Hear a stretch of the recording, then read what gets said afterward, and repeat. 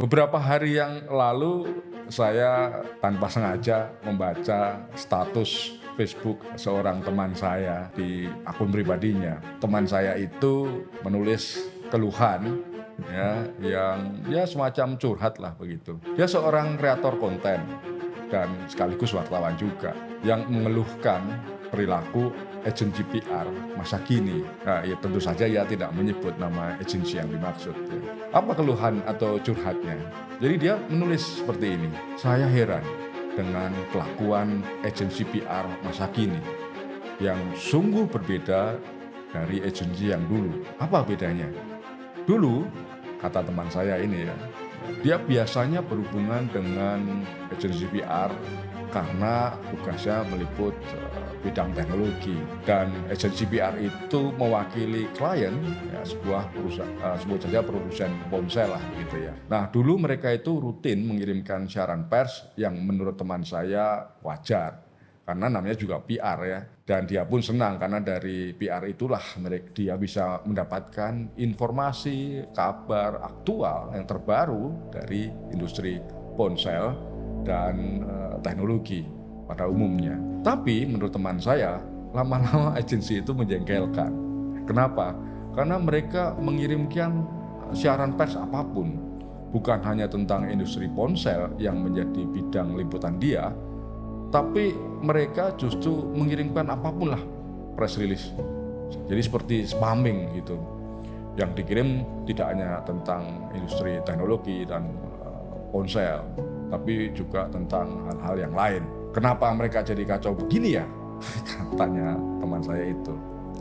Nah, membaca keluhan itu perasaan saya jadi campur aduk. Karena sebetulnya beberapa wartawan juga mengeluhkan hal-hal yang sama. Jadi ini bukan keluhan yang pertama dan sepertinya sudah berlangsung sejak lama. Saya tidak tahu kapan tepatnya. Tapi buat saya, wartawan dan pekerja humas atau public relations sebenarnya adalah dua profesi yang sangat berhubungan erat. Boleh dibilang keduanya merupakan mitra yang strategis.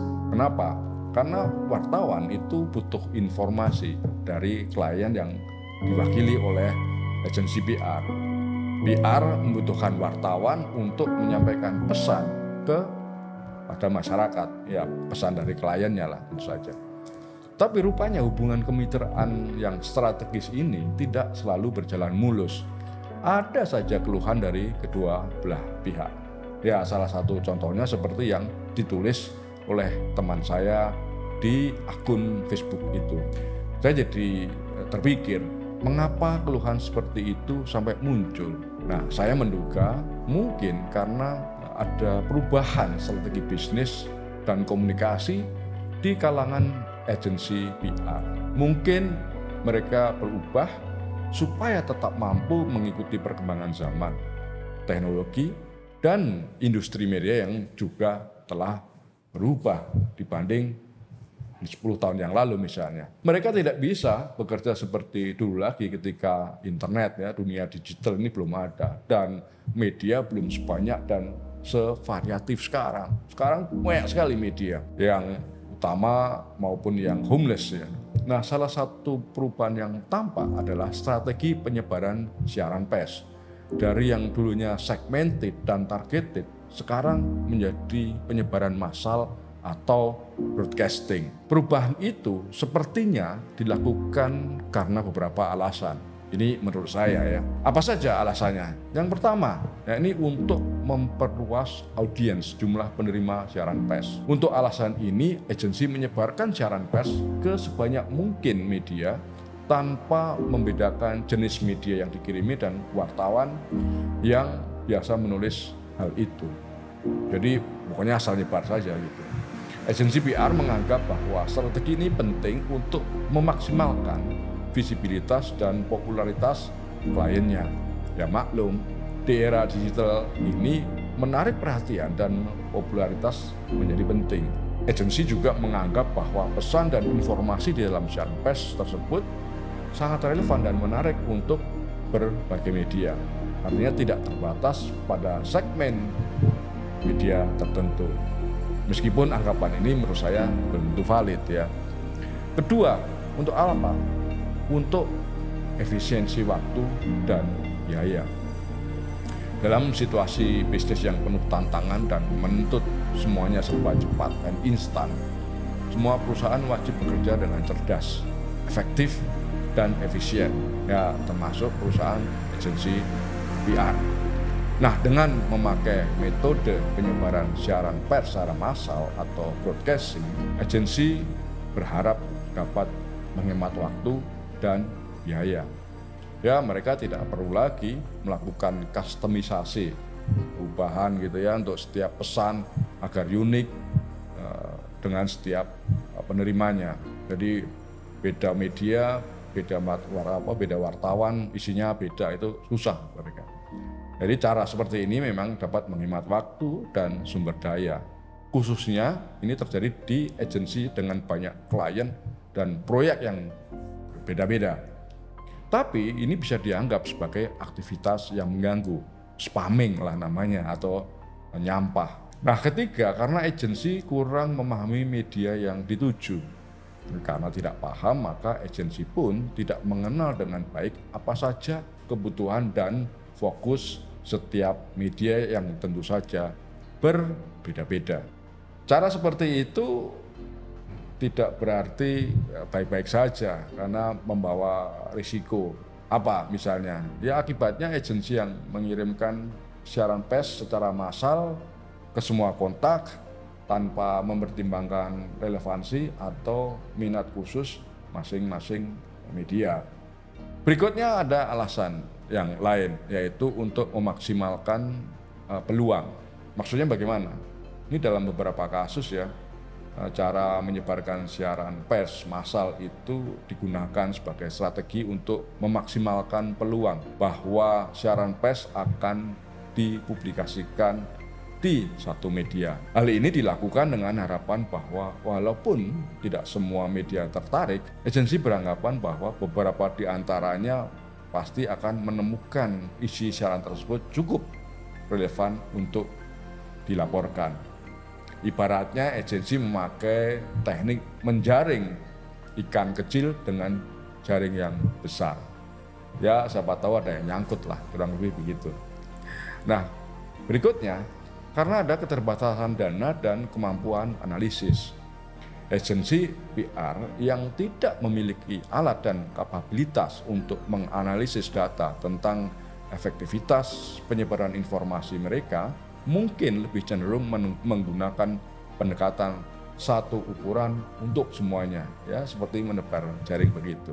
Hal itu bisa terjadi jika sebuah agensi tidak memiliki yang namanya feedback loop yang memungkinkan mereka untuk belajar dari interaksi sebelumnya dengan media. Karena tidak ada data ya, jadi mereka tidak bisa mengevaluasi apakah sudah baik atau belum. Nah, terakhir karena alasan mengejar viralitas ya. Dalam beberapa kasus memang agensi sengaja memilih untuk broadcast siaran pers ke banyak media sebagai bagian dari strategi komunikasi yang lebih luas dengan tujuan khusus, yaitu menciptakan kebisingan atau buzz seputar sebuah topik atau produk. Yang penting rame lah begitu. Nah, sekarang kembali ke wartawannya. Dengan mengetahui dan memahami adanya perubahan di sisi agensi PR, bagaimana sebaiknya wartawan dan media merespons ya. Menurut hemat saya, yang belum tentu hemat buat orang lain, dalam situasi di mana agensi PR mulai mengirimkan informasi yang tidak relevan dan dirasakan makin mengganggu, ada baiknya bila wartawan mengambil beberapa langkah untuk mengelola situasi tersebut secara profesional. Apa saja langkah yang bisa diambil?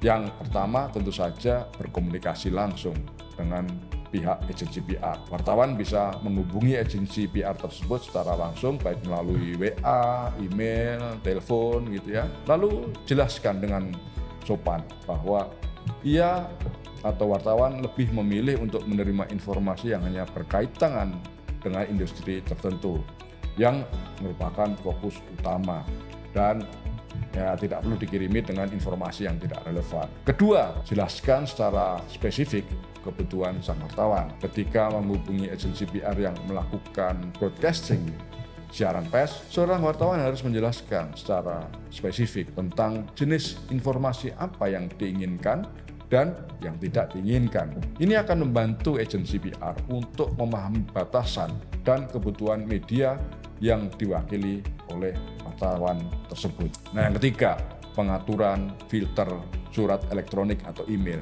Jika agensi terus mengirim informasi yang tidak relevan, meskipun sudah diberitahu oleh wartawan, wartawan bisa mempertimbangkan untuk mengatur filter pada emailnya. Ya, cara ini dapat membantu mengelola aliran informasi, sehingga hanya email yang memenuhi kriteria tertentu yang masuk ke inbox utama. Ada cara berikutnya, cara yang keempat, yaitu minta dihapus dari daftar kontak gitu ya.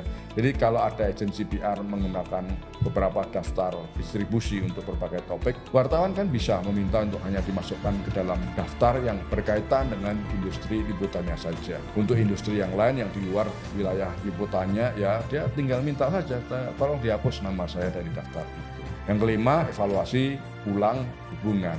Jadi jika setelah mengambil langkah-langkah di atas, agensi masih tidak memperbaiki cara komunikasinya, mungkin ini waktunya bagi wartawan untuk mempertimbangkan kembali nilai-nilai hubungan tersebut. Wartawan mungkin perlu mencari sumber informasi lain yang lebih sesuai dengan kebutuhan dan standar peliputan beritanya. 5 langkah itu bertujuan untuk menjaga profesionalitas sekaligus memastikan bahwa sang wartawan tetap akan mendapatkan informasi yang relevan dan berguna untuk pekerjaannya. Demikian teman-teman, semoga cukup menjelaskan. Taufik.